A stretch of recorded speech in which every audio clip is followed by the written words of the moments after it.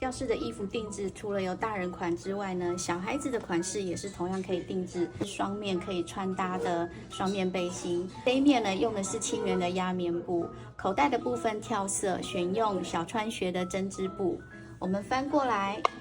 这一面呢也可以穿，所以它就是一件两穿的背心，在秋冬的季节非常的适合。年庆呢，我们的定制服费用都有85折的优惠，趁着现在教室所有的布料都在特价，大家可以来挑选自己喜欢的布料，选择喜欢的款式，定制一件独一无二的手作服。